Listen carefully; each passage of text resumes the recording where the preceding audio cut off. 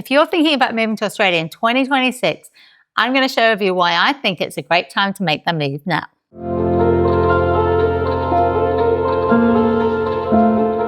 Hi, my name's Annie and I am the founder of London and Sydney blog, which I've been running for over 12 years and is the top performing expat site in Australia. I currently live in the Sunshine Coast hinterland with my husband Steve and my two little pooches called Taco and Tamale, and I'm bringing you everything you need to know to help you move to Australia in the most efficient and easiest way possible. On this page, you'll only find honest and real stories, so hit the subscribe button now so you can hear more stories from us. I read the other day that apparently Australia had 580,000 new migrants come to the country. Now, while that is a lot of people for the population in Australia, there is a reason why many people are wanting to move over here. Now, you might feel like the weather, it might feel like you're going to be on holiday all the time, and it's got this hugely relaxing lifestyle, but I'm going to share with you exactly what you need to know about what it feels like to actually live here permanently. If you've always imagined what it would feel like to live by the beach and be able to go to the beach in the morning or after work each day, that dream could actually become a reality for you. But there's one thing to know about living by the beach in Australia. You need to have the cash to do it. It is not cheap to get a beachside rental, especially if you're in places like Sydney or the other cities in Australia. Prices can be very, very expensive to secure that beachside Bondi rental. A lot of people can't afford to live near the beach, and what you'll find is that people will go to the beach probably on the weekends instead of every single day. Australia is definitely an outdoor country where you will find that you'll be spending way more time outdoors, whether you're going to the amazing kids' playgrounds, you're going to the beaches, you're going on hikes. The outdoors is exactly what Australia does best. If you are about culture and about history and architecture, you're not really going to find much of that here in the country unless you do go out to the bush, and you'll see some amazing Aboriginal sites where you'll see rock art paintings that are dated from thousands and thousands of years ago, which will totally blow your mind. While most people work to live in Australia, they definitely do try and balance out their day-to-day life. And there's definitely a whole thing around the 5 to 9 culture in Australia where you'll see a lot of people will get up very, very early in the morning to get in their swims, their runs, yoga, whatever they're doing, which is highly addictive. And you will definitely become one of those people. I can guarantee you that, just like I have.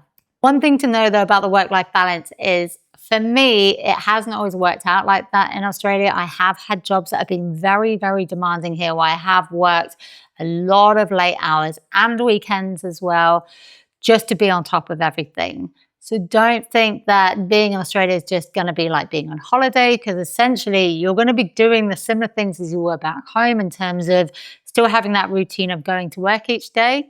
But you will more than likely get much better weather, much warmer weather as well, and more of an outdoorsy lifestyle. Now, Australia is renowned for having really high wages compared to other countries, but that does all settle out when you talk about the cost of living in this country as well. There are always strong demands for people who work in healthcare, who are tradies, work in construction or engineers, or in the tech space as well. The only problem with Australia is that they don't really see skills as being transferable, so it can be quite hard to switch industries if that's what you want to do. As I just mentioned, cost of living in Australia can be crazy expensive. Steve and I were just talking earlier this morning about the cost of basic foods in the supermarkets at the moment. So I'm just going to share with you 12 eggs, butter and cacao. So this is like almost like hot chocolate, for example, drinking chocolate. This is what I drink every day. Just for these 3 items cost $41 in our local supermarket, which is insane. That is like £20 for some eggs, butter and cacao. I have seen people mention that housing can be really expensive. For example, to rent like a 1-bed in Sydney, you could be looking at $850 a week in a 1-bed flat, which is crazy. Eating out can be also really expensive as well. We don't tend to eat out very much anymore, but we found that if we do, it tends to be about, if we have a main meal each, and say I have like 2 apple spritz and Steve has 2 beers, maybe we have a starter as well, we'd be looking at about $150 for that. So that's like £75 just to go out to have dinner. Even though the cost of living is really expensive, one of the great things about in Australia is that you can do a lot of things for free here. Say, for example, you could spend the weekends just at the beach, which won't cost you anything. You can go on hikes that don't cost you anything. There's a lot of free parking around as well. If you are worried about costs, I highly recommend you download a spreadsheet that I've been using for the last year called CoPlenty. It's a really amazing Google Sheet spreadsheet that you can use to plan out exactly what you're spending all your finances on, and it helped to save $50,000 in 8 months without really changing a thing. So I highly recommend you go and check that out. I'll put a link down in the description for you. If you are thinking about coming over to Australia to rent or buy a house, just be prepared that it is very competitive over here. For renting, I have seen a lot of videos online of people, like hundreds of people lining up for inspections for rentals. The way that the rental system works in Australia is that they tend to do like an inspection on a weekend where it's a group inspection. So everybody turns up together, have a look around a property, and then you put an application in as well. You need to download the one form, fill out all your details on there, and then you can provide that for every application you want to apply for each rental. It is an absolute pain to fill out, but once you've got it done, it's done. If you're looking to buy a house, a lot of people are now moving out of Sydney because it is just so crazy expensive. So a lot of people are either moving out further west up to the sort of Blue Mountains area, or they're moving up to the Central Coast, or even interstate, which means they're moving to another state within the country. We now live in Queensland. We would have loved to move back to Sydney, but it's just way too expensive for us. And we now found a house in the Sunshine Coast hinterland, which is about an hour away from the beach. It did, however, take us over 6 months to find our house, and we looked at over 100 houses in Australia. To warn you, housing in Australia is not the same as what it would be going back to the UK. Housing over here hasn't been built to the same standards. You'll find a lot of mold in houses. There's not insulation. It can be very cold, especially in winter. This is what you'll find all over the country. So you've got to be really diligent when you go to look at houses. If you can smell a little bit of mold, it's not going to go anywhere. It will be staying there, regardless of what the real estate tells you, because they will lie to you. And when it comes to visas in Australia, there are a lot of different types of visas you can apply for. I ended up coming in on a partner visa because I'd been with my partner, Steve, who's now my husband, for at least a year. So I was able to apply for that visa and stay in the country. Now I have citizenship, which I'm very, very proud of, but it did take me 10 years to get there, which is crazy. Partner visas are currently really, really expensive, and they are quite slow as well. If you want more tips about partner visas, I highly recommend you subscribe to this channel, because we will be releasing more and more videos about partner visas. We do have one currently, which I will link up here and then also down in the description as well. Skilled visas are currently very competitive and points driven. Regional visas are becoming more increasingly attractive and easy to obtain because they do need workers across the country in smaller areas. Just be warned that you need to do your research about the area that you might be moving to. Now, I've spoken to a lot of teachers around Australia who've ended up moving to very remote communities across WA, for example, where they're not going to have anywhere near the same lifestyles they had back home, and they could feel very, very isolated in these regions.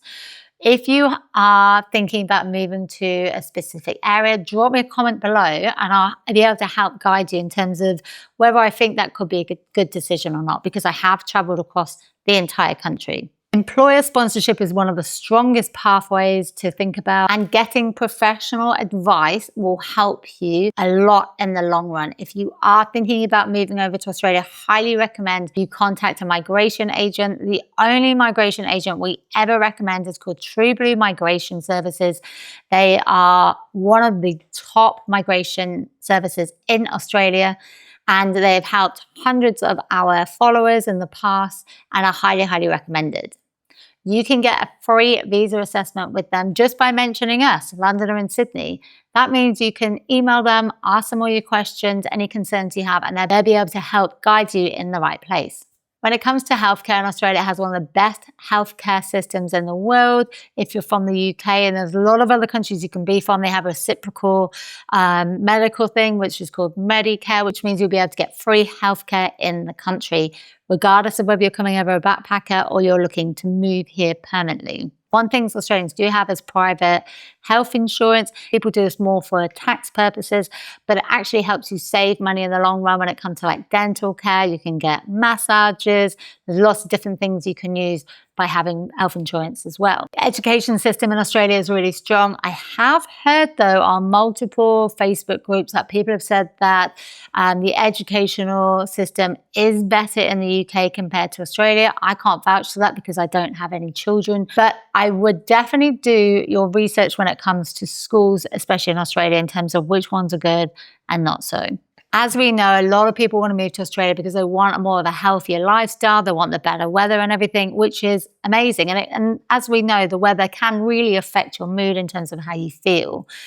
I know for sure that when I went back to the UK last year, I went back twice and it was miserable the whole time I was there. The sun only came out once on both trips, and that was in the summer and at Christmas as well. And I remember at Christmas just thinking, I don't think I'd be able to cope with this weather for more months to come. I'm so happy to come back to Australia after that. What you will find with the weather though is it can be very extreme in Australia. So we have had a lot of fires here. We've had a lot of floods.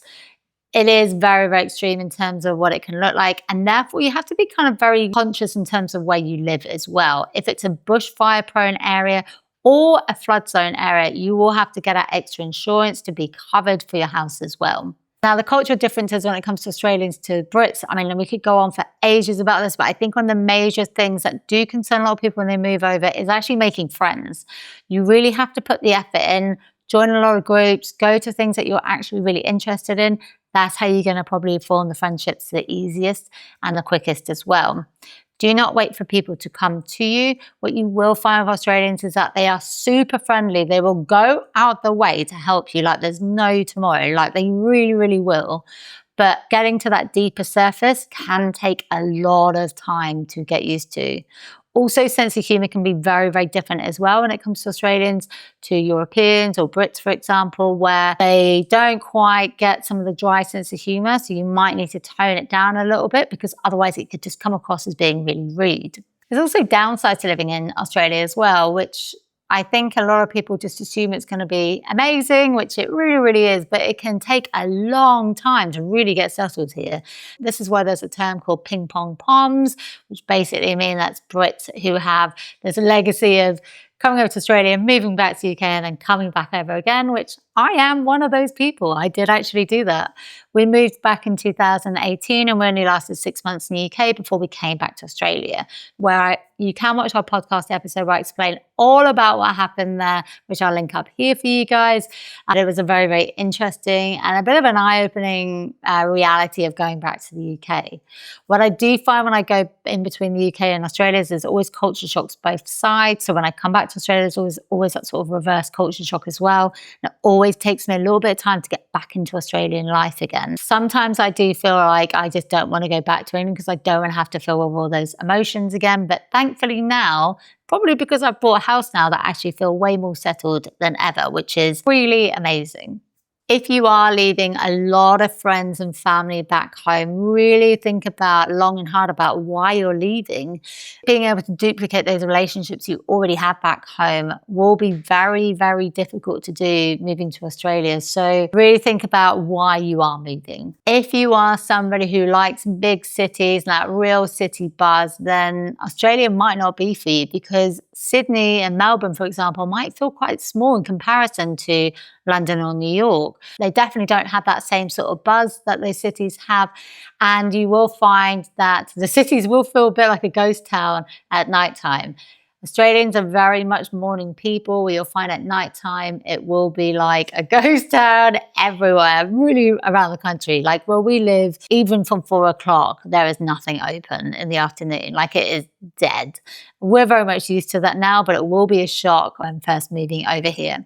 If you are thinking about moving to Australia in 2026, it's really going to be best suited for people who want the outdoors lifestyle, people who are looking to live more healthier lives, who just love the beach, hikes, the nature. This is going to be the best place for you to come to. Honestly, the hikes in this country are mind-blowing. Like, the nature is absolutely next level over here. If you are looking to live here long term and to really settle here, then it will be a fantastic place to live.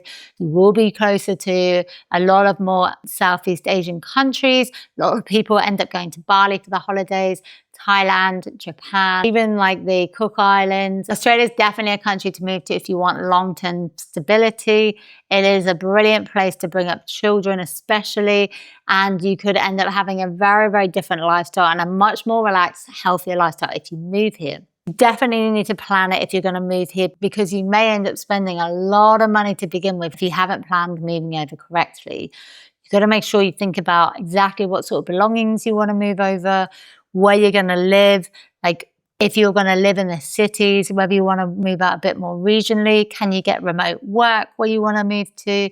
All these different things you have to consider, because if you are going to live in the cities, you will find it ultimately much more expensive than living outside of them. You know, living anywhere is not perfect, and Australia is not perfect, I can tell you that. But what it does offer is it offers this real sense of safety here, opportunity, and lifestyle. You're going to find a lot of success if you have patience, realistic expectations, and flexibility. For the right people, Australia is definitely worth considering for your move in 2026. Make sure you subscribe, and I'll be back soon with many more videos to come. Thanks for watching.